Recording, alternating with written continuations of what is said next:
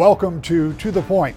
Every 2 years, every seat in the U.S. House is up for a vote. Same is true this year, including Michigan's 2nd District, where Representative Bill Huizenga is running for re-election. Congressman, we start in interesting times. There's a lot going on, even as... You seem to say that a lot these days. I do. Even as you and your colleagues have spent some time back in district in Washington, there have been some movements, but here's where I want to start. The one thing that we know for certain is at the end of September, the fiscal year comes to an end. Yep. Theoretically, so does spending. And it has not been particularly unusual to get down to that time of year and have Republicans and Democrats under a Republican president or a Democratic president unable to come up with a spending plan, and there is something that looks like a government shutdown. I say that because most essential services somehow get, funded, and that continues to go. But it does create upheaval, and this is an election year, and that would come a handful of days before the election. So how does that look as we head towards the end? Well, in the entire time that I've been there, we have never hit that target, mostly because the House had moved ahead on the appropriations bills. There's 11 of them that fund the entire government. We would get 4 or 5, sometimes maybe 6 of those passed, and the Senate would sort of go, yeah, we're not going to actually do an appropriations process this year. We'll just plan on funding it all with an omnibus bill, which is a horrible idea. I mean, the idea of the appropriations process is to go through, weed the garden, figure out what's working, what's not working, do more of the good stuff, less of the stuff that's maybe not as effective.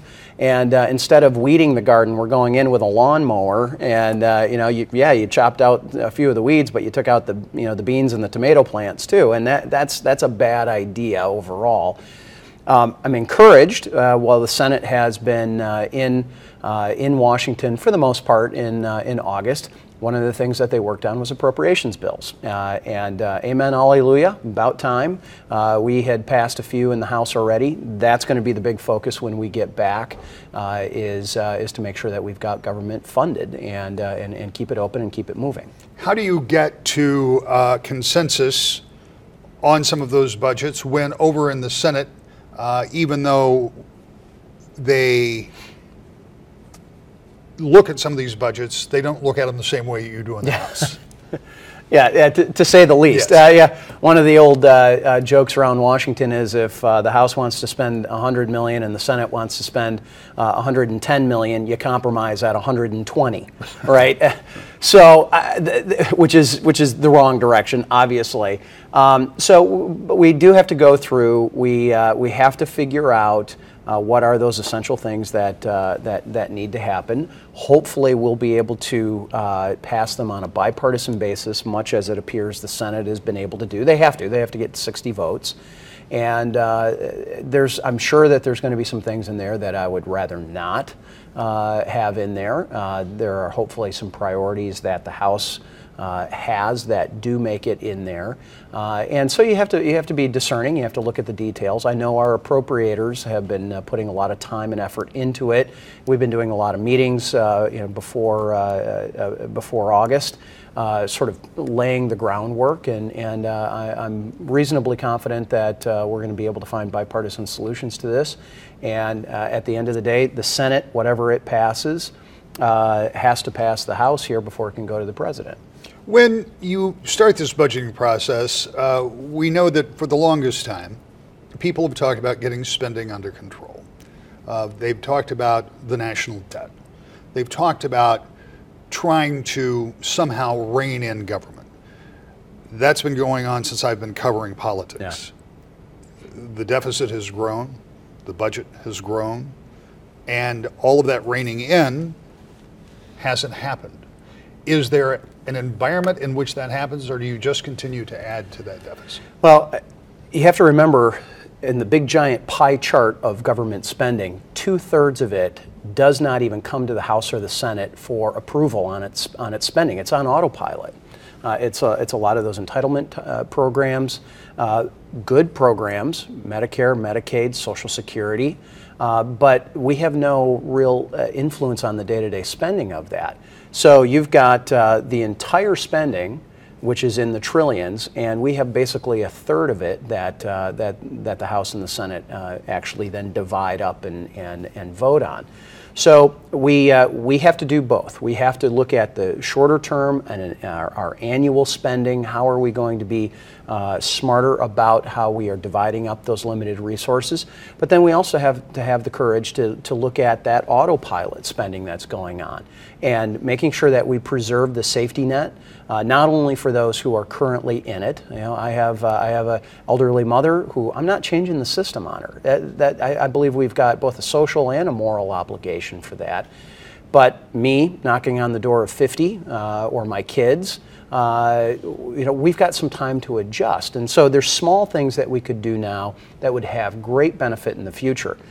At the end of the day, I'm one, though, who believes that we should have a balanced budget. I was one of the founding members of the Balanced Budget Amendment Caucus. It was a group of us that came together, said there ought to be a U.S. constitutional amendment that requires a balanced budget. You have that safety valve in case there's another 9/11 type situation or complete economic meltdown. It would just take either 2/3 or 3/4 of a vote in the House and the Senate to break beyond that. You want to make it difficult and a high threshold, but we've got to get our spending under control in the long run because and these are CBO estimates, Congressional Budget Office estimates, and others who point out in the not too distant future, if we don't, interest on the debt is going to be as big as either domestic spending or our defense spending.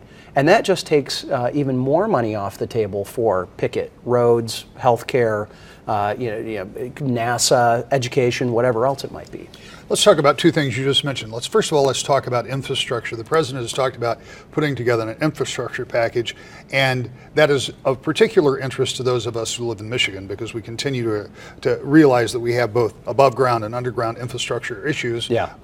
Thank you for mentioning that, by the way. Oftentimes the underground stuff gets really forgotten. And unfortunately, it's becoming more and more to the forefront. Obviously, we saw what happened in Flint. Now we've seen what's happened in Parchment. We're hearing more about PFAS and emerging contaminants, and all of that could tie in to the infrastructure. But with all of that said and done, the federal government can't do all of that. States are going to have to participate, obviously.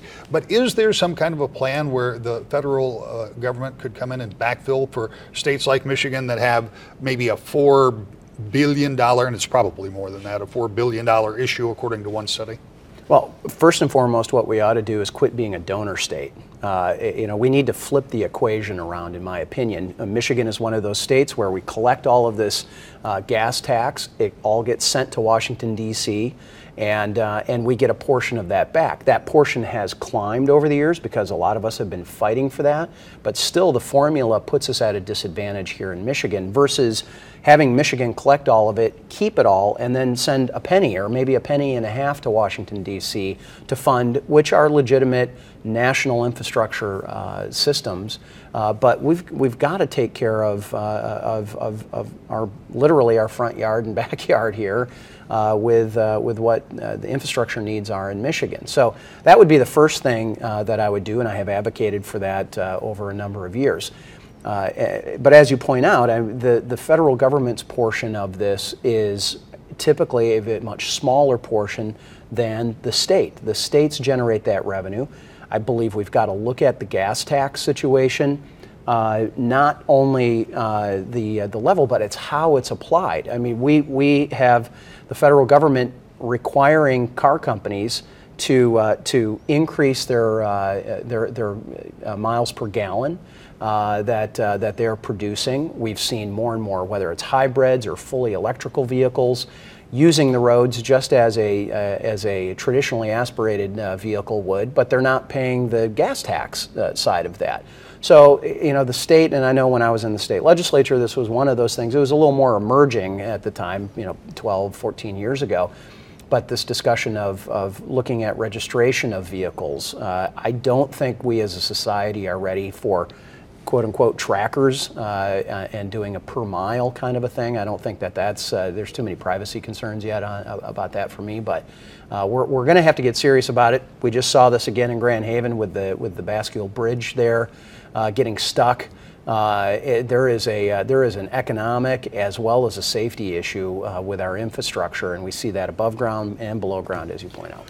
One of the other things you mentioned was about healthcare, and there's been a debate about healthcare in this country for a long time. It's not lost on any of us. There's an election this year, and one of your opponents has been talking about healthcare quite a bit. Where are we with that? Because at the beginning of his term, President Trump wanted to talk about healthcare, wanted to try to get something done. There was an effort that was not successful. So where are we, and what should we be doing? Well, and that was the famous last vote that Senator McCain took, walking in and kind of giving this hanging thumb, and finally with the thumb going down. Where we know that we shouldn't go is back to a fully government-run healthcare system. I think has demonstrated it doesn't work.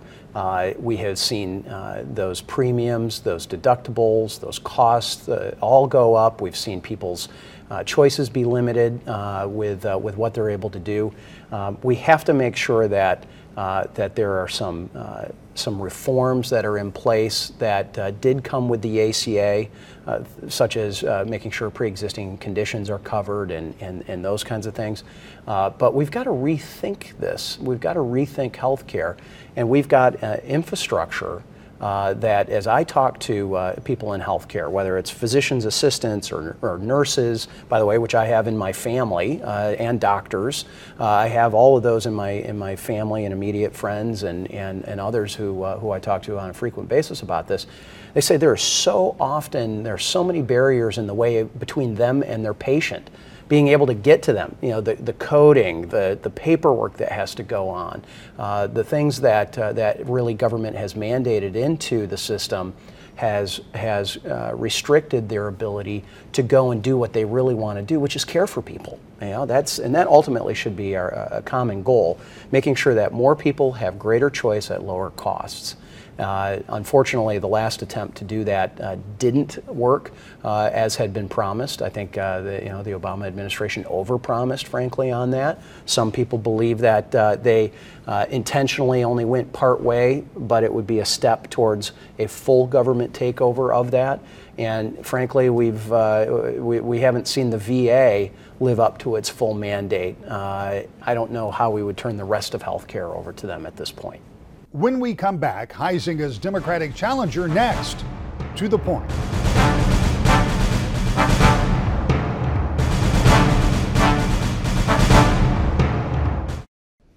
Welcome back to the Point. Rob Davidson calls himself a dad. He's a doctor, and he talked to us about how he came to run for Congress. I went to a town hall last year simply not intending to run for office. I was there as a doctor talking about health care.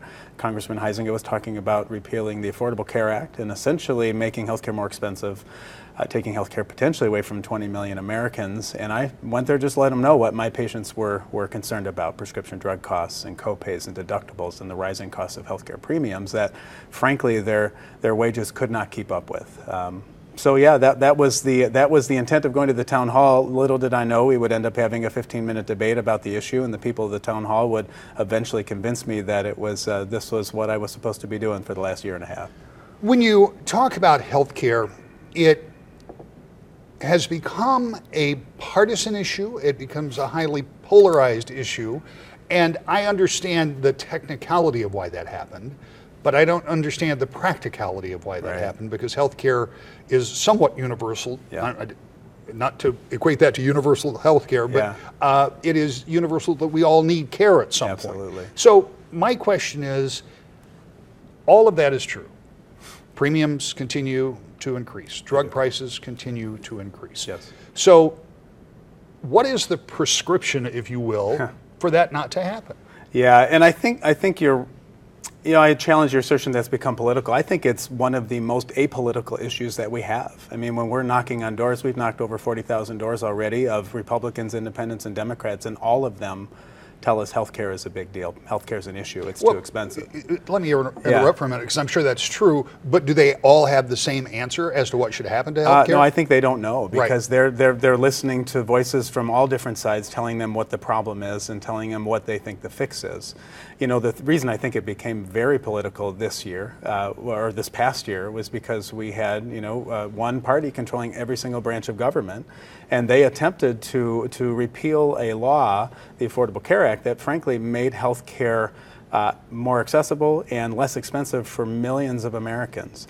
And so by attempting to repeal that without any idea of what to put in its place that would make healthcare more affordable, I think they made it very clear that they weren't interested in making it something that more people could access, that more people could afford.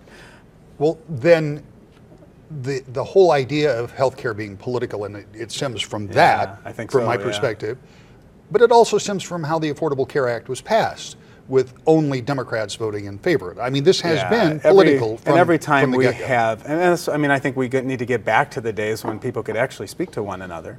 I mean, if I have either a Democrat or a Republican who agrees with me that healthcare costs too much, that prescription drugs cost too much, that we should cover pre-existing conditions, that we should protect Medicare, if I have someone who agrees with all those basic premises, and yet they don't agree exactly with how I think we should fix it, we can easily have conversations and come to compromise and eventually find our way to a system that ensures that every single one of those characteristics is still in play.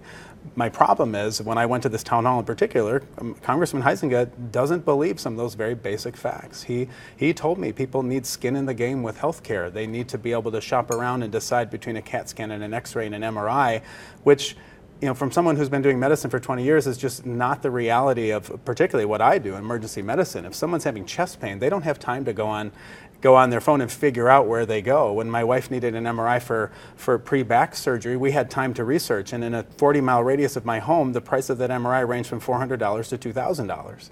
And we knew the system well enough to go find the $400 place to get our MRI. The problem is when you're having chest pain or a stroke, or your child's having abdominal pain, or you can't breathe, you go where the ambulance takes you. Right. And when that happens, people get hit with bills that they can't afford. It's why, healthcare costs are one of the major drivers of bankruptcy in this country. Well, how then do you fix that? Because if I have the ability, pre-illness, to shop around for insurance, for example, that would be one way to control cost. But what is, from your perspective, and again, you come into this with the knowledge of what it's like, for example, that MRI that you talked about, there is no reason that I can imagine that it's 400 or 2,000. Right. But how do you control that, or can you control that? I think you can control it. I think one thing we can do is we can allow Medicare to negotiate prescription drug prices. Prescription drug prices are one of the biggest drivers of healthcare costs. And frankly, EpiPens should not cost $300. They cost pennies to make. An albuterol inhaler for a person with asthma should not cost $100. In fact, I had a 55-year-old truck driver came in clutching his empty inhaler for a week because he didn't have insurance, couldn't afford the $100, and couldn't go see a doctor because he didn't have insurance. A hardworking guy, works 60 some hours a week. And so the way I think we fix this, my prescription, as you put it, for how to fix this problem is a system called Improved and Expanded Medicare for All. It's a bill, it's legislation in the House of Representatives, currently HR 676. I've talked about this from that first town hall in February through today, through the election. And when we go to doors and we get on the phone with people, we know that people support universal health care. When we tell them what this expanded and improved Medicare for all, that 95 to 97% of people will overall pay less for health care costs, they approve of that. They specifically will agree that they would vote for me because of that stance.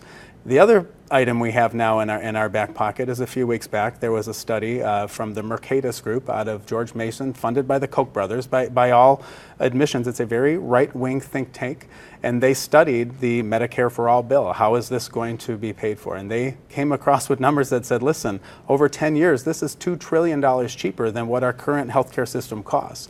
With that, you get every single American covered, so 30 million people with no insurance are in that system. With that, you get nobody paying premiums, deductibles, or copays, or any out-of-pocket expenses. We get vision, we get dental care. I mean, this is a system that has been shown. Now, there's other analyses of that bill that say it's an $8 trillion savings, so probably somewhere in between. But trillions of dollars, I mean, simply by enacting Medicare for All, we could pay for the tax cut to billionaires and Wall Street bankers that we had last year that is going to give us a $1 trillion deficit over the next 10 years. So the contention is that would that then do away with all private insurance? It potentially could. I mean, I worked in a system in another country, in New Zealand, where they have universal health care, and people could buy their own insurance to be able to have certainly elective procedures. I think as a physician in Congress, I would be in a perfect position to be on the committee to discuss what do we cover. How do we decide what we cover? Because we would have to decide those things. The problem now, and Huizenga said it himself, people need to shop around.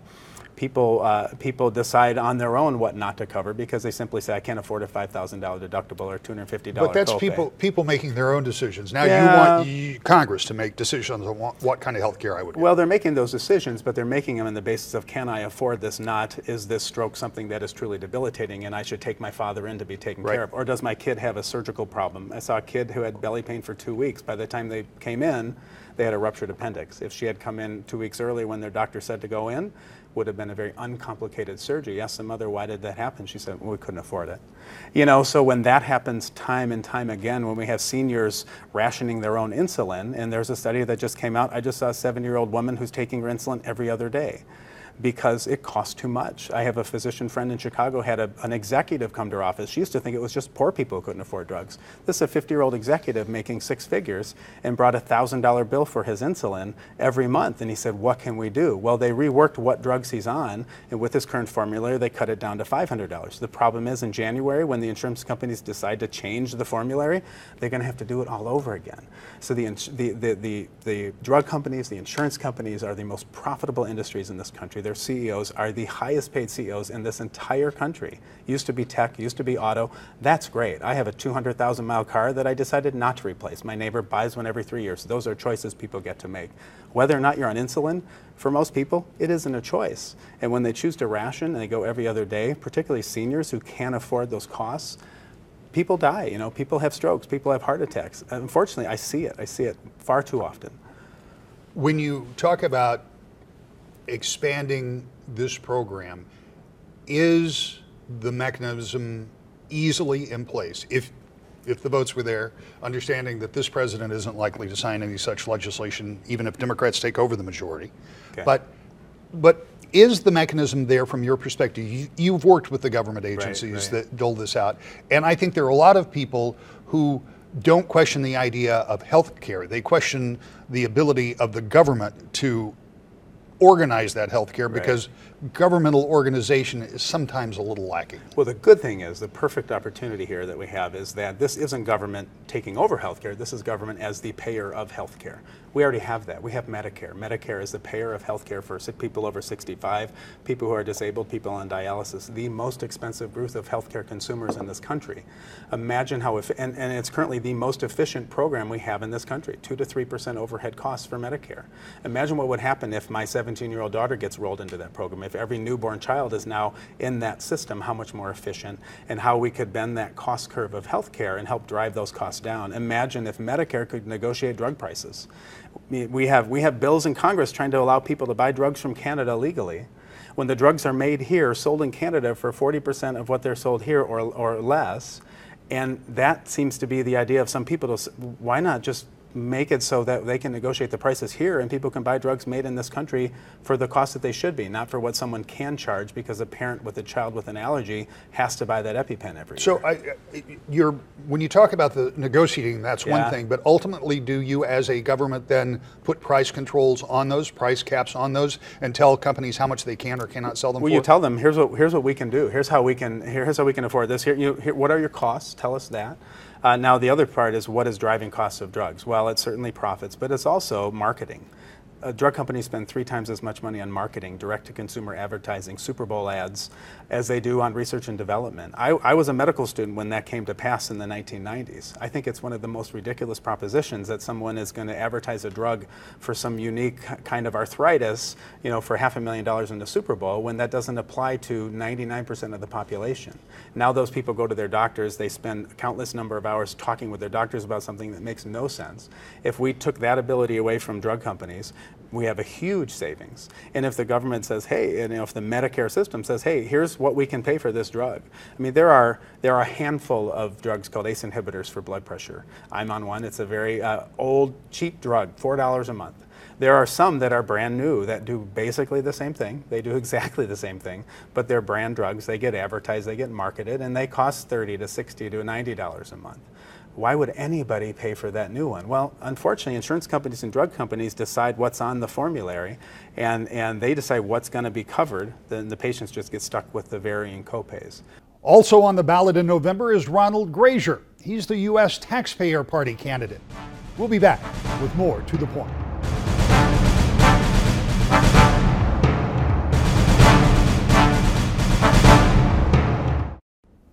We're now inside 60 days from the big election, and over the next few weeks, we'll be looking at some of those really important races that you'll decide in November. The race for governor and attorney general and secretary of state and more. Of course, all of the state Senate and state House are up for a vote too. I hope you'll join us every Sunday when we talk about it. To the Point.